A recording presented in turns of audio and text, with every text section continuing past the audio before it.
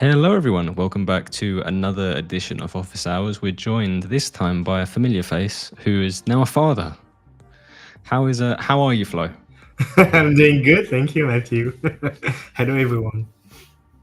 So yes, it will be hopefully there's no parenting questions this time around in Office Hours. It'll be this will turn into like a new branch of Office Hours. Yeah, and I'm still a rookie, so I'm not sure I'm the one to ask questions.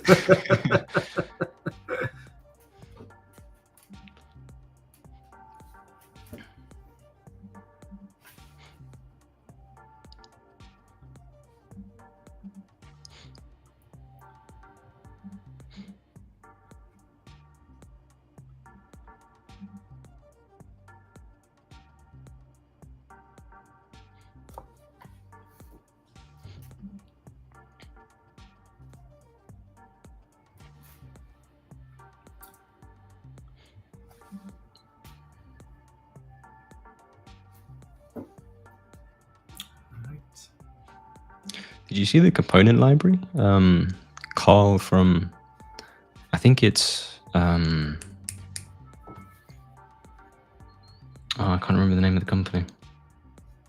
Someone launched a component library for WeWeb a few days ago, and it's very cool. I'm not sure if you've checked it out yet. No, not yet. I saw that, but I didn't take the time to take a look at how it is. It's very cool. Oh, nice. Elena, you've timed it perfectly, Elena. I haven't seen you for weeks. You just timed it perfectly as Flo came back, as the master came back. Elena says, "Hi, how can I add a listener? So if a key on a keyboard is pressed, an event happens. So we need to create a safe exit. So if the user presses the key escape, the URL is redirected to somewhere else. So am I right in thinking, I'll put a link in the chat, by the way, if you want to join us, Elena. But am I right in thinking that you want to, if someone presses escape, you want to direct them to a different page? Is that right?" Hi, Beatrice.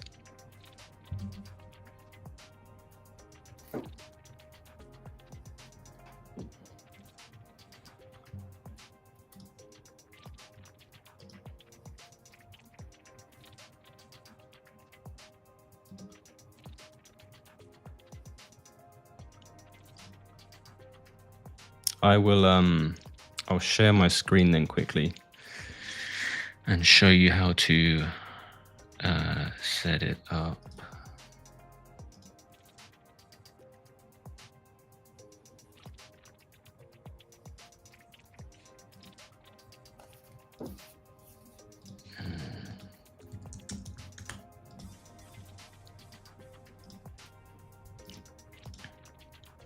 So it would be something like this, Elena.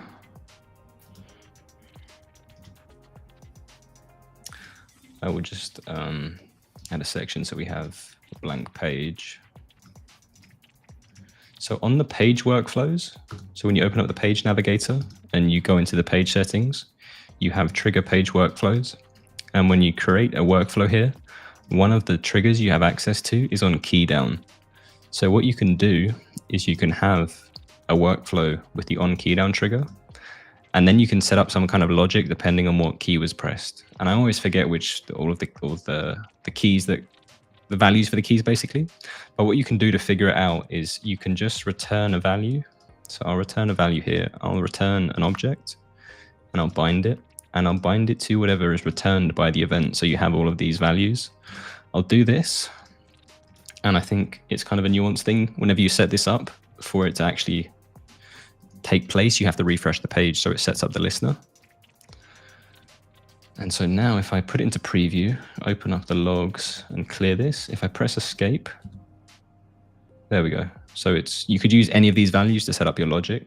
The easiest one is probably just escape. So we can say if key is escape, we can do something with it. So I could say in this workflow,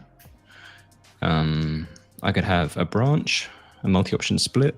I can bind the condition, and I'll say if the key, and then it will split off into all my values. So I'll define this one as escape. And then here you could do a navigate to. So I'll put this up to navigate to this chat page I was using earlier. So now if I press W, nothing happens, but if I press escape, it navigates me. So hopefully that should answer your question.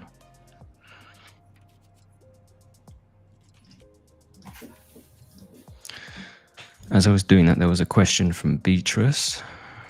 Is there an easy way to export or access the WeWeb logs, such as runtime errors, user interactions, or system events, so that they can be integrated with an external or observability tools? So this is one for you, I think, Flo. We don't have any native plugins to do that, but you can use any other tool, command developer tool. So you have, it depends what you really want to do, but you could use segment, for example. We have a plugin for this. So by default, it could send many things, but you can also decide what to send when something happens. And I think I could find another tool really dedicated for errors. Give me a second. I have some... And while Flo is finding that, just to answer your question, Elena, you can do it universally. You have in an app trigger, in an app workflow, you have the same trigger available. So you could just create an app workflow with the key down trigger.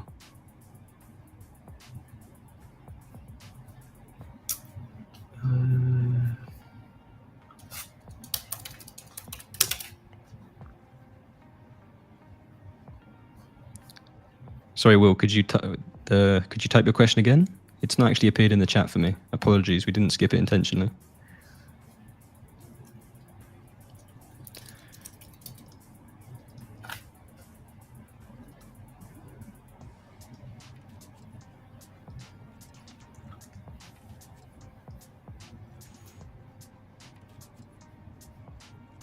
And for your question about the data grid, Elena, right now there isn't a CSV export. However, I think you could utilize, this would be a good use case for AI, where because you load in, give me 1 second, I'll try and figure it out.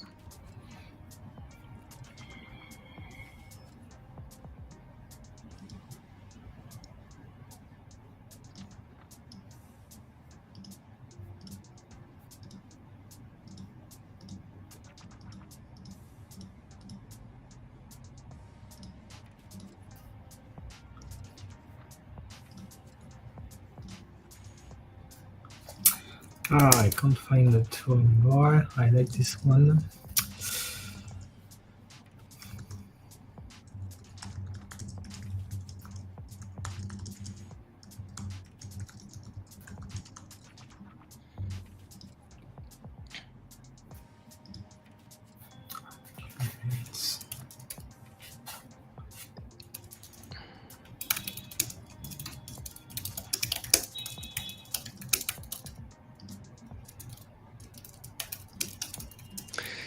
So we do have, Elena, a CSV plugin.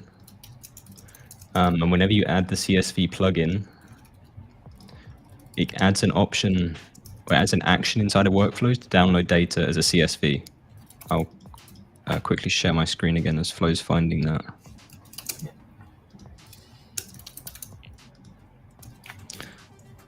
So in the plugins, I've added this CSV plugin to my project, and you can just find it in the extensions tab. So when you add this to your project, you have this download data as CSV action available. And so here you can just bind the data that you want to put into the CSV, and then you can give it a name. And so if you have a data grid on your page, whatever data you're passing into that data grid, you could bind it here. Now, I guess the one thing is there's nothing that exposes, at least as far as I'm aware, there's nothing that exposes the currently filtered data. So you would have to configure that manually, unfortunately. Or if you were trying to export the selected rows, that's very easy. But yeah, just exporting the current data that's been filtered into view, that would be tricky. But if it's not as complex as that, you're just trying to export the data straight without worrying about the filters, or you're trying to export the selected rows, that would be pretty straightforward. You just need to bind it in.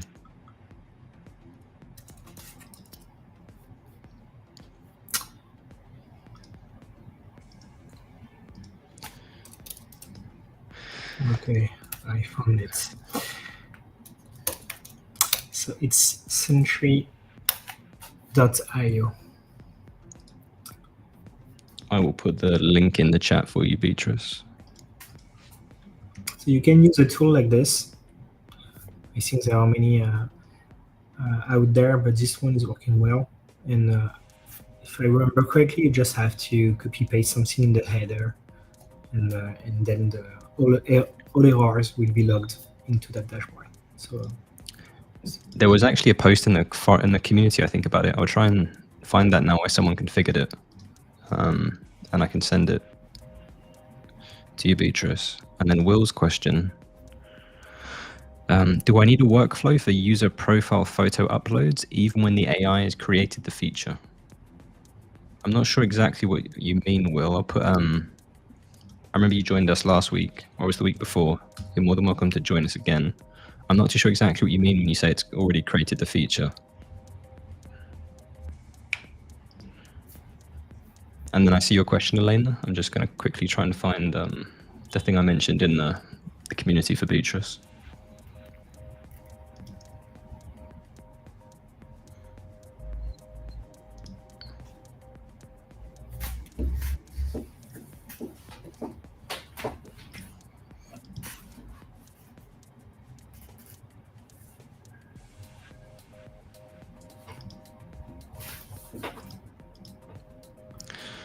Here's if you're still here, Beatrice, I'll put a link in the chat.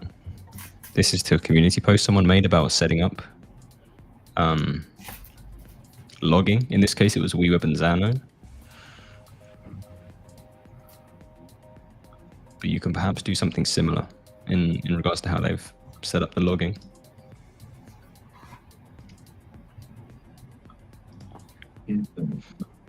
Hi again, Will. Hi. How's it going? Well, congratulations, Slavo. Thank you very much. How can we help? Okay. Okay, so can I just go back to my Yes, my feel free. profile? Yes. Hello, Matthew. Thank you for this. The office hours. No worries. Okay, I'm hearing you twice. I'll turn that off. Can you still hear me? Yep. But I can't hear you. Okay. But knowing what I'm doing. Okay, can I show you what I'm doing? Yeah, go for it. Okay, so if I put this in preview, we can't see it just yet. how do I let you see it? There should be a screen share button. Sorry, somewhere in there for you. I've got a different UI than you have, unfortunately, so I'm not too sure exactly where it is. I can see you. Okay, camera's going. Private. It's on. Maybe yeah. Had no trouble last time. I hear you. Yeah, the camera's fine. Do you want to try I can see and you. cancel but the screen no. share and try it again? I'm sorry? Do you want to try canceling the screen share and start it again? Okay. There we go. We've got it now. Okay, great. Thank you. Okay, so the AI created this for me. To upload a photo. Mm-hmm. So if I click it, that works. I put in a photo. And this is what I get, not Yes. the photo. So you can actually, this is actually a very good use case. This was when we were setting up the file upload and we needed a use case for forking. This was one of the things I did for forking. So what you can do for this, so this isn't actually something that's set up already in the file upload. If you wanted to show an image preview, you'll need to edit the component. But what you can do is if you take it out of preview mode, so you go back into edit mode, and you click onto the file upload element. If you click the 3 dots in the very top right-hand corner, just underneath the deploy button. Here? Profile? No, in the very top right-hand corner. I mean, all the way to the right. You see just above your cursor here, there's a 3 dots. Oh, here? Beneath, yep, there. If you click that, and then you fork the component, this will basically create a clone of the component, and you can now ask the AI to edit the source code. So that means you can add additional features to the component, basically. And so we'll need to ask the AI to add the ability for the images to be previewed because it doesn't currently exist in the file upload. So what you can do is, because on the left-hand side here, you see it's added the forked file upload or the input file. If you now click the 3 dots to the right of that, there's an edit with AI button. So you can press edit with AI. Oh. And now you can just prompt it to add whatever you want. So you could say, please add, what do you think would be good? Flow image previews? Yeah. Please add image preview. Yeah. I'm sorry? Yeah, please go on. I'll let you go on. No, all good. Please add image previews to the forked file upload. Hopefully that knows what you're talking about. No, it's in context. So.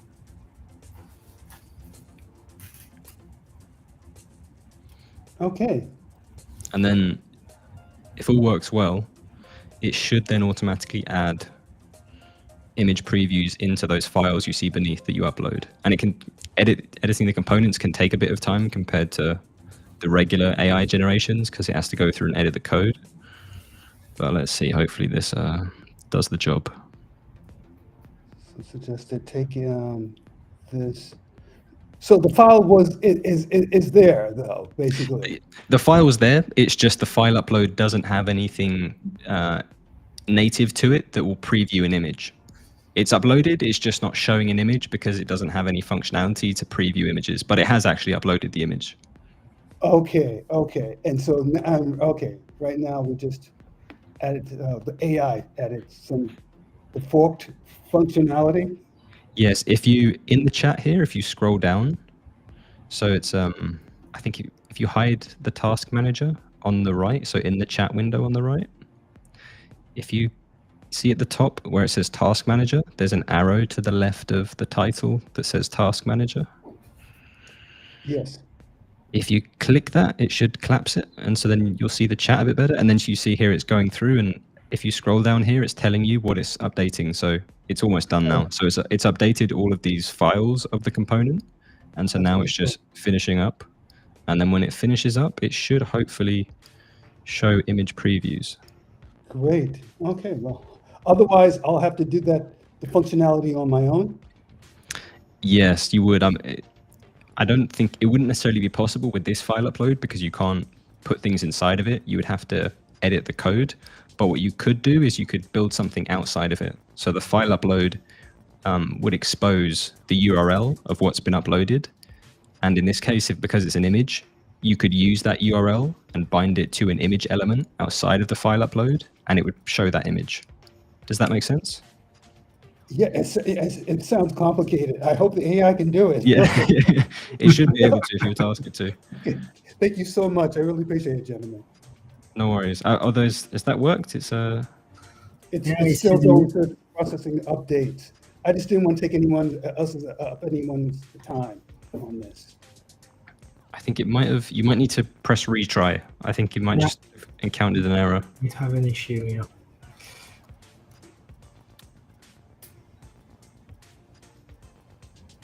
Processing. And I don't remember when we swapped the component, Matthew, or do we need to drag and drop it again? I don't remember if we. You're right, Flo. Sorry, yes, I completely missed that. So it's yeah. So you would need to then reconfigure it. Yeah. So what you need to do is to drag and drop it from the add panel. So if you click the add button in the top bar, you've got yes, this one. So on the left, you've got your coded component, and you need to drag and drop that one, the one you forked. So this one is yours. This one lives within your project. This is the one you are updating right now, but you need to drag and drop it. So Drag and drop it where? just below the one you have. Yes, here. Here? Yes. Okay, so this is the new one, the one you are editing. The one before is the one that is native, that we provide. But the one you are editing is this one. Okay, thank you. So, and the AI is taking care of that right now. It's Yes, processing. exactly. So you should Okay. see should see now the changes immediately here on that one. Okay, when I upload it, even though it still says processing updates. Yeah, I think you need to scroll now. I guess you had an issue with that one. I don't know why, but yeah, you're gonna have to wait a bit. So it's Okay. relating. Okay, it's still going. So thank you. Yes. Thank you so much. Appreciate it, young man. You're very welcome. No worries. Glad we could help.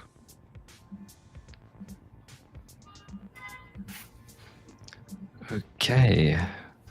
Going back to the chat, Elena had a question about Google SSO. So I have the Google SSO working perfectly on the editor, and it used to work once published, but no longer works. Is there a video tutorial on integration with Google SSO and Apple SSO? I think we have one on Google SSO. Unfortunately, it's probably a bit outdated now. It's one of those things that's on my roadmap, but I'll try and pull it out, Elena.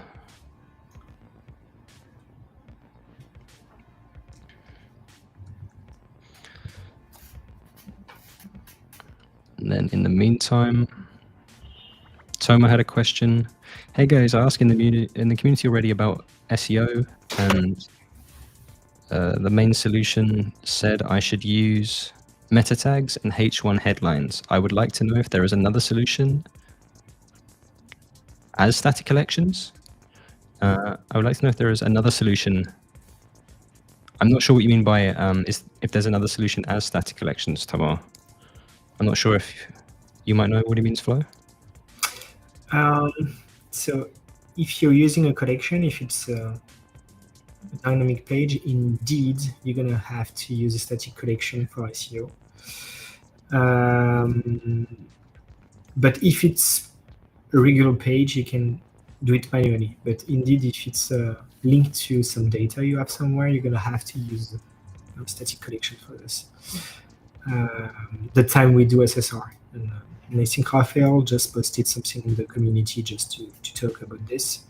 So this is something we are going to work on this year at one point. Not immediately, but right now you need to use static collections for this. If you are using data from your database for those headlines. Super. And then he had a follow-up question related to the Gantt component. Is there any ETA? I can say in the coming weeks. I'm not sure if you can give a more detailed ETA flow. Yeah, I think Raphael said mid-June, if I remember correctly. So this is currently in the testing phase within the company. So the component is done. We just need to find the bugs. Yes. And yes, to answer your question, Eric, the image isn't uploaded per se when you put it into the file upload. You would need to have some kind of logic on your side to actually upload that to your backend or wherever you want to store it. And don't worry, Elaine, I haven't forgot about you. On my other monitor, I'm looking for it.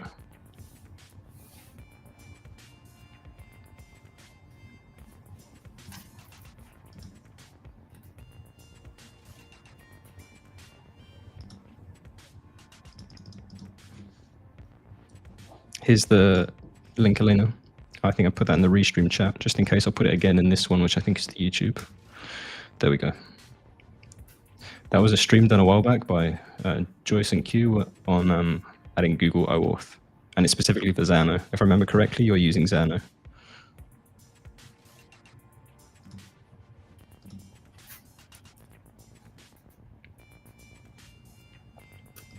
By the way, I just realized John joined us. I never brought him in. He might have a question, so we'll switch to John quickly. Hiya, John. Sorry, I forgot you joined and I didn't switch to you. Do you have a question for us?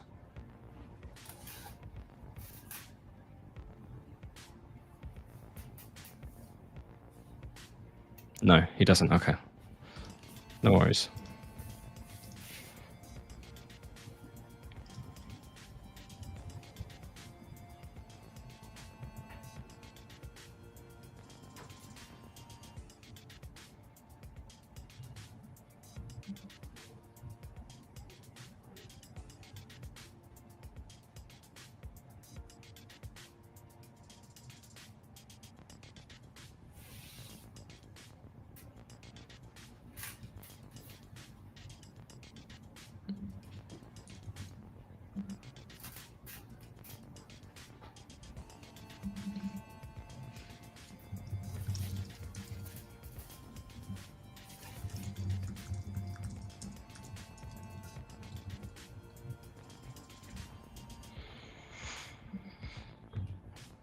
Hello, John.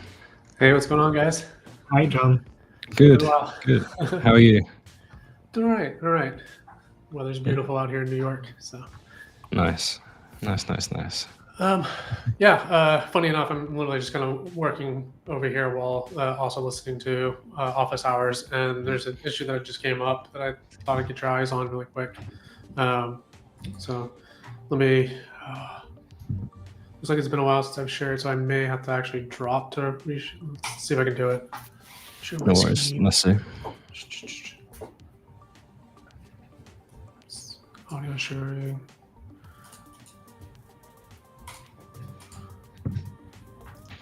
Cool. We've got it. All right. Cool. Yeah. All right. So one of the things I'm currently doing some hygiene right now. I used to have skeleton in here organically, I guess, using my own CSS and stuff. And I know you all have introduced the skeleton element. So I'm kind of going through there doing this right now. In doing this, what I'm noticing for some context on the architecture. So I've got this table down here. And you can see that I have sort of a fetch state. I'll just kind of break this down, right? So here we've got marketplace users and non-marketplace users. And so based off of your user profile, we'll display one of these. And then while we're fetching the collection that populates it, I've got a fetching state and a fetch state. And so I'm using skeleton inside the fetched. What I found kind of interesting is kind of troubleshooting this. You'll notice that I've got 4 column headers here, but for some reason this table actually has more than 4. And so I went in here to be like, okay, what's going on? This seems like a bug, right? And so let's say like I go in here to delete this. Well, when I delete it from, I'm in the non-marketplace fetched table rows. If I delete it here, it deletes it from this top one. So that's a completely separate instance. And I'm trying to figure out what is going on now. This literally just happened. So they are kind of fetching from the same collection. Like we're passing in a variable in the background to dictate what, so the database knows whether it's a marketplace user or a non-marketplace user. It's the only thing I can think of, but it still seems really weird that these are 2 separate UI instances in the UI, and yet editing down here apparently edits up here. And if you click the first column, so if you in the bottom one, if you click the first column, does it also also does it there? Yeah. And these aren't, I mean, these shouldn't be, these aren't components, as you can tell. I mean, coming from over here, you can see they are using sort of the same collection. But again, I mean, this has never happened before this way. Like, no matter how many times I reuse a collection in various data pieces. Yeah, no, that is odd. And if you just go up, if you go up the layout tree on the left, on the very far left, you just follow it up. So if you collapse this, so that'll be sorry, don't do it. Okay. So we went into rows. That goes into table. So I'll collapse them. You've got rows, which is the actual table. And this is all custom built. I think your data collection or data grid might solve some of this, but rows in the header inside the table. Inside of full for me, I use full and null. So if the collection returns 0 results, then I have a null, and then the fetch, the fetching, and then the marketplace. So you can kind of see the same thing up here. There's the warning for the null state, but. And just to make the, sorry, go on, Flo. Have you got an idea for this? Yeah, can you select the cell on the first tab? Not that Up here? Yes. The first. Yeah. And it's selecting what? Okay, this is definitely odd. Why? And you don't have any component here. It's like it has the same idea. Could you? Yeah.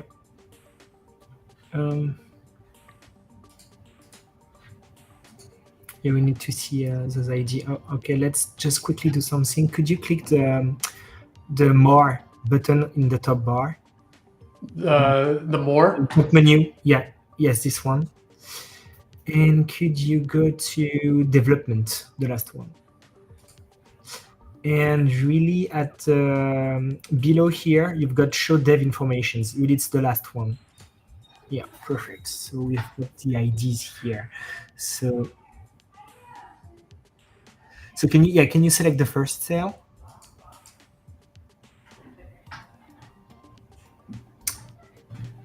Okay. Yeah. It's the same idea. Why?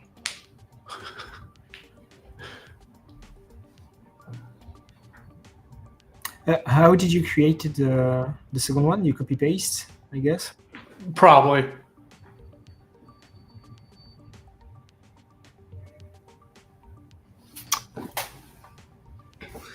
I don't know how you managed to do this. Normally it's not possible. So you might have to copy paste again this table.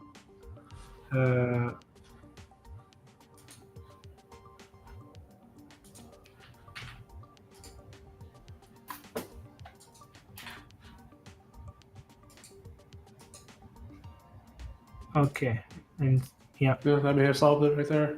Yeah, I think now when you click on it, it's a different one. Yeah. Okay, cool. So I don't know why you have you kind of have the same instance for those cells, which is weird. Normally it's not possible. You need to create a component for that. So so yeah, if it happens again, could you create a ticket so we could take a look and try to reproduce this issue? So do you want me to create a ticket No, next time it happens, or go ahead and create one for yes. this? If it happens again, so if it happens again, please create a ticket right after it, so we could try to reproduce the issue. We'll do. Admittedly, I've never seen this happen before, and I was in the process of my Jira ticket today is hygiene on skeleton, and so I'm going through everywhere that I know I've got skeleton and uploading, changing it from that. So that's kind of how I discovered this. But good timing. So, yeah, precisely. All right, thanks again. Cheers, John. Thank you. Right, we had 2 questions in the chat as we're going through it. I think probably both I can give an example of. So I'll switch to my screen quickly. So Elaine had a question, Flo. Going back to safe exit, we need a button to float on the lower left corner of each page and have it be sticky. Any suggestions of what is the best approach? I was thinking, and if you disagree with my approach at all, by all means tell me. I was thinking you could have a section and then you could just put the button in that section. And then for the button itself, you could give it a fixed position. I think she said bottom left corner. Or even the section. Yeah, that, yeah.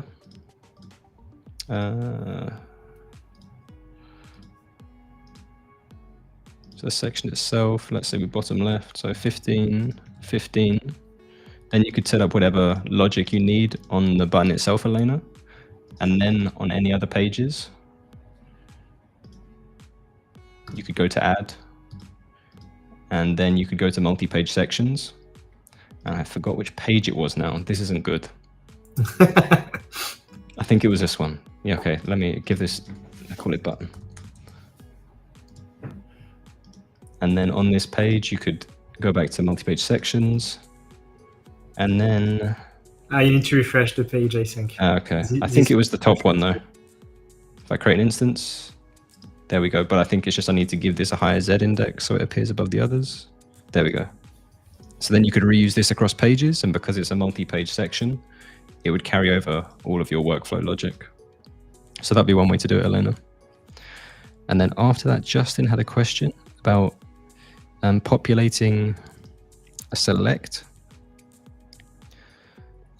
based on something like a query string parameter. So what you could do, Justin, is I'll hide the button for now. If you have a select like this, first of all, in order to add initial value, it's pretty straightforward. So it comes by default with these options. So I'll just use these options. If I wanted to make option 1 the default option, I just need to put in this initial value input, whatever value here I want to use. So for this, I'll use this value. So when I put it into the initial value property, it then uses that value. And so if you wanted to do it from something like a query parameter, let's say I had a query parameter called select value, and its default value, let's say it's option 1, like so. Imagine I visit this page, I've passed the query parameter of option 1. So then in here, I could just go to that query parameter, bind it in, and then it would be used like so.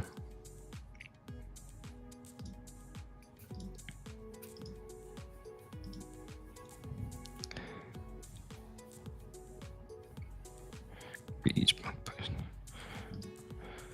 I'm not too sure exactly what you mean, Tomar, about the static collection. Daniel said that it won't work as you did some changes for the rendering. Maybe I misunderstood. I'm not too sure. It will work for the metadata, but not for the content within the page. Indeed. Okay.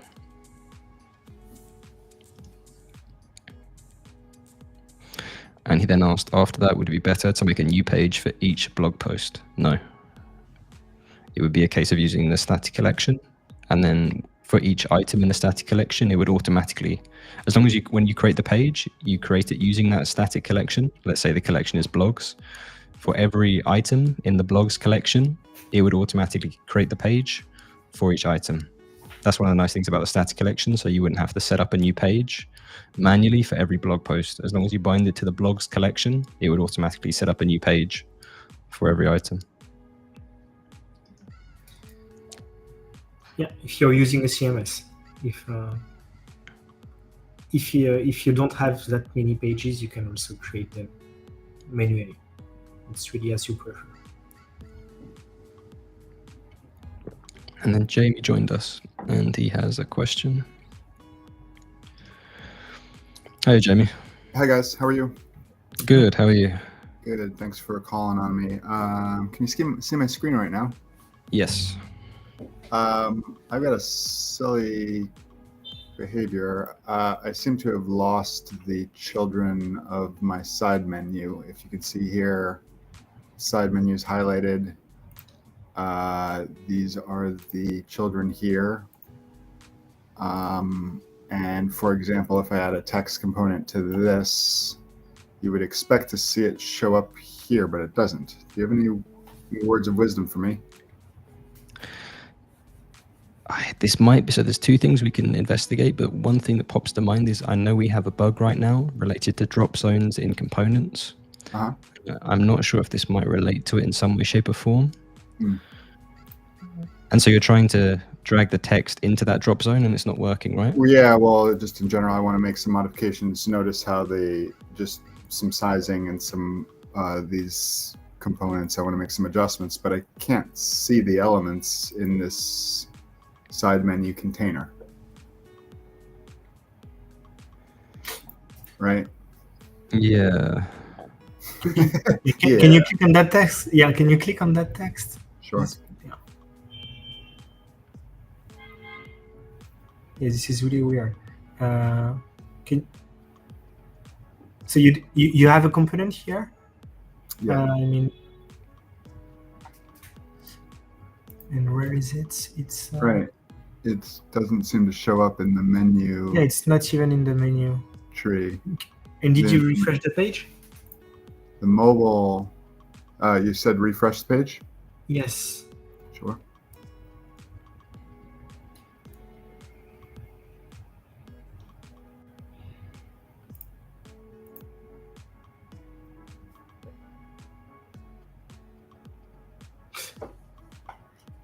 Okay. When you click here, yes, in here, can you click on item? Yes, in here you can click on the name, and yeah, can you click on the parent above? Like yeah, when you click on item, you see on the name, you can click on Can you click content? Right there. What? Okay, so can you definitely create a ticket? We need to fix that as soon as possible. Okay, will do. Thank you guys for trying. Yeah, thank you very much. So I'm sorry for this. No problem. Thanks for the attention. Appreciate it. See you guys. Take care. See you. And then Tamar had another follow-up point about the pages and SEO. If I were to do it manually, would it improve the content SEO? No, it would be the other way around, Tamar. So if you were to have it be automatic and have them created from static collections, then the SEO would be better. Yeah, unfortunately, no. By the end of the year, yes. By the end of the year, anything it would be different. But right now, no. If it's really important for you, the SEO, you should use another tool for this. If you need the best SEO ever and to have the content indexed quickly, then you should use another tool. It will be indexed, but it will take time. Yes.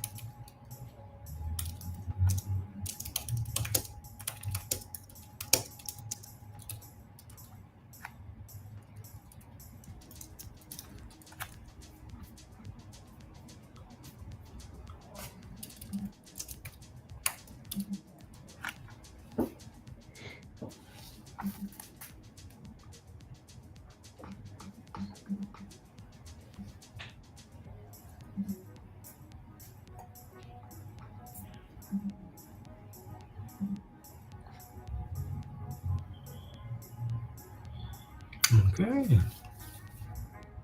It's quiet today. Yes. And just so you have it, tomorrow I'll put a link to our docs for static collection pages. This is one I still need to update, but the core concepts still remain the same in terms of the setup and how you work with it.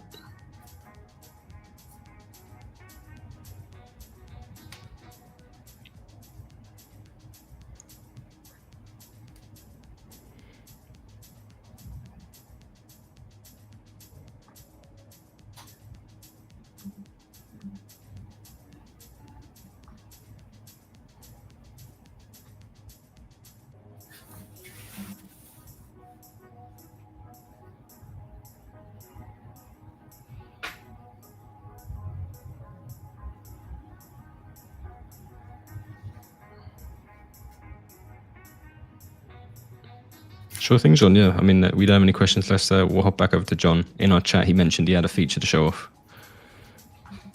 Hey, John. Hey, what's up, y'all? Okay, let me go and share screen again.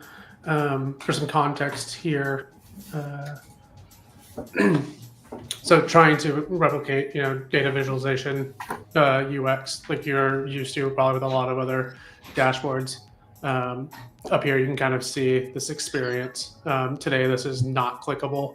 And sometime in the last several months, I know y'all released the feature to where you can actually instantiate workflows on chart click, right? And so kind of what we're hoping to do is use a drill down. So I can click into this and see things update in real time, but also use this data to also influence everything below the chart. So here you can kind of see I've got a chart that starts at the highest level. As I click into it, it kind of drills down. As we go further, it continues to do that. One of the big challenges that I had with this is the data that comes back from the chart click is kind of limited to either where is it, the event? Like, to me, this is sort of limited, right? So it tells me that the label or the value or the index. In this case, that index is kind of constantly changing based off of where you're drilling down. And so right now, it seems like the hack that I've come to is loading the label with multiple pieces of information delimited right now by like a double colon. And so, you can kind of see over here what my data actually looks like. It's, basically the front end facing the double colon and then some unique ID. This is all hard coded right now, but ultimately this is ideally coming from, the back end. I'm just kind of curious, is there a more efficient way to do this, or is this probably the most effective Band-Aid? That's a good question.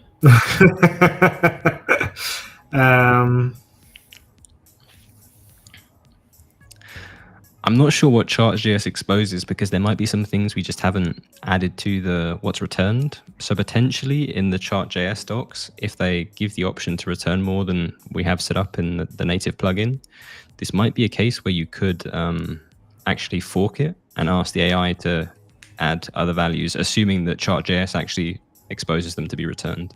Yes. Gotcha. Yeah, it was the try, I guess. You can fork it and ask AI to output what you need. Gotcha.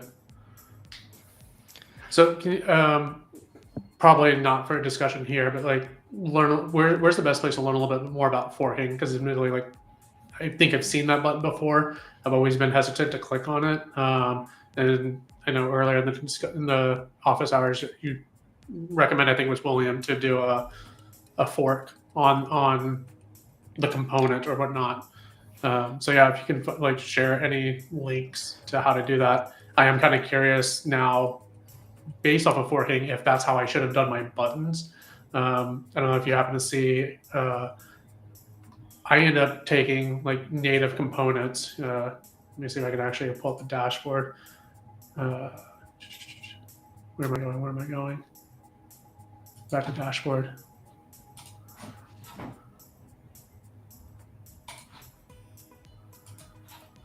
Like I end up creating components using sort of the out of the box one. And so you can see I'm wrapping it. And I'm now wondering if in retrospect, I should have just forked this one to create my own, because I'm never using this first icon. I'm only using the second icon. Is it? No. So this is the one you just went on was a no code component. And you can't fork no-code components. Someone asked me this one of the other weeks in office hours where they were trying to get the AI to edit the no-code components, and unfortunately that's not possible right now. Okay. So forking a no-code component would basically just be the exact same as duplicating it and then having to add your own logic anyway. So it wouldn't, unfortunately they're not a like for like. Whenever what you can fork is elements that we've created, or I suppose that's really the best way to summarize it, actually, elements we've created. So it could be in the ad panel, it could be from a plugin. Any that we've natively put into WeWeb, you can fork those and ask the AI to edit the source code. Gotcha. Okay. But that button you have, that's Yeah. that's a no-code component. I see. Okay. But Cool. but answer your question, I have I'll put a link in the chat to the docs that we have on forking components. It's not as elaborate as I would like it to be right now, but there is a demonstration of it, and we do have a short video on it that we put into release video a while back when we first released it. So hopefully that should give some context. Cool. I'll give it a peek. Super. Cool. Well, it's kind of the thing I've been working on and what I wanted to share with you also. Again, Super. thanks, No, looks good. Appreciate it. Cool. That's Right. all. Cheers, John. Cheers. And then Batik had a question about the drop-down element. So currently the drop-down element locks a page scroll when the drop-down is opened, and when it's closed, it's scrollable.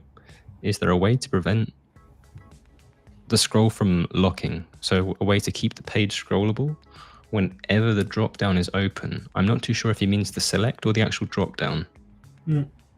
So there is this is just right off the cuff. I haven't investigated this, but I just saw on my screen, Batik. I assume you're talking about the select. Hopefully you're talking about the select. There is an option in the settings to allow scrolling when open. So hopefully you're talking about the select, and if you are, you just need to enable this in the settings.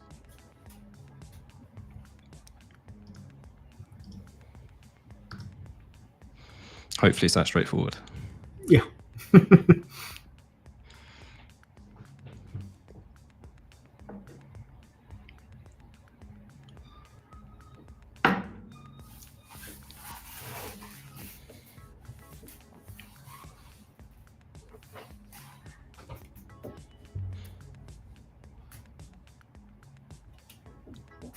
Perfect.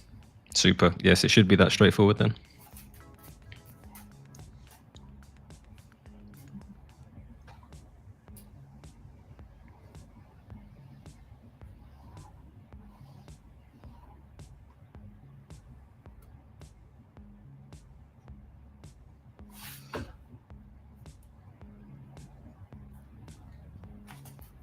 Feel free to share what you do also.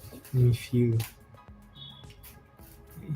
want to get our thoughts on it, on how you built it, we can absolutely do this also. Yes. While we are here, I'll put a link in the chat to, I mentioned it at the start, but Carl, a member of the community, recently put out a very cool component library for WeWeb. And I mean, that's all I can say. It's very cool. I recommend everyone checks it out because I was very impressed when I first saw it.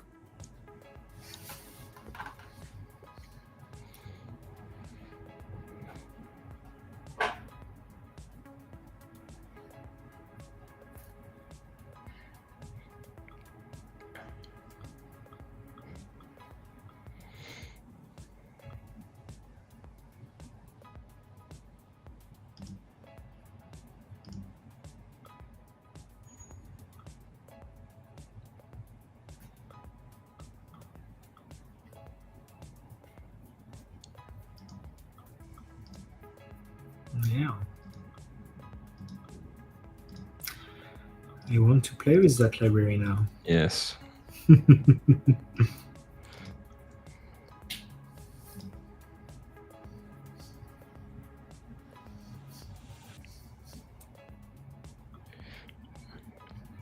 Yes, Batik, there is 2 versions of it. I think right now, unfortunately, the AI uses the deprecated version. But if you add the select from the add panel, that will use the most up-to-date one. And that one has the option in the settings.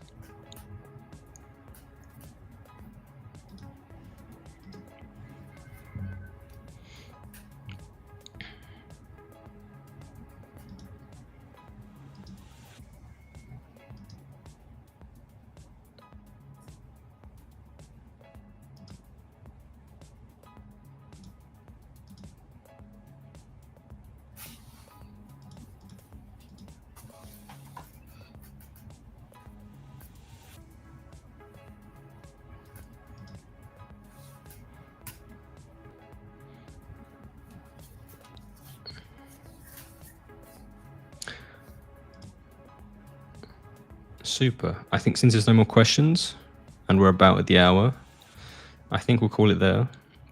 Thank you ever so much, everyone, for joining us again. Welcome back, Flo. Hopefully, Diane will join us one week. Yeah, sure. Absolutely. Diane is Flo's daughter, just in case people listen to this back and they wonder who I'm talking about. She will absolutely add values to, to this office hours. Yes. Super. Thanks everyone so much for joining us. And as always, we're back here again same time next Tuesday. Cheers.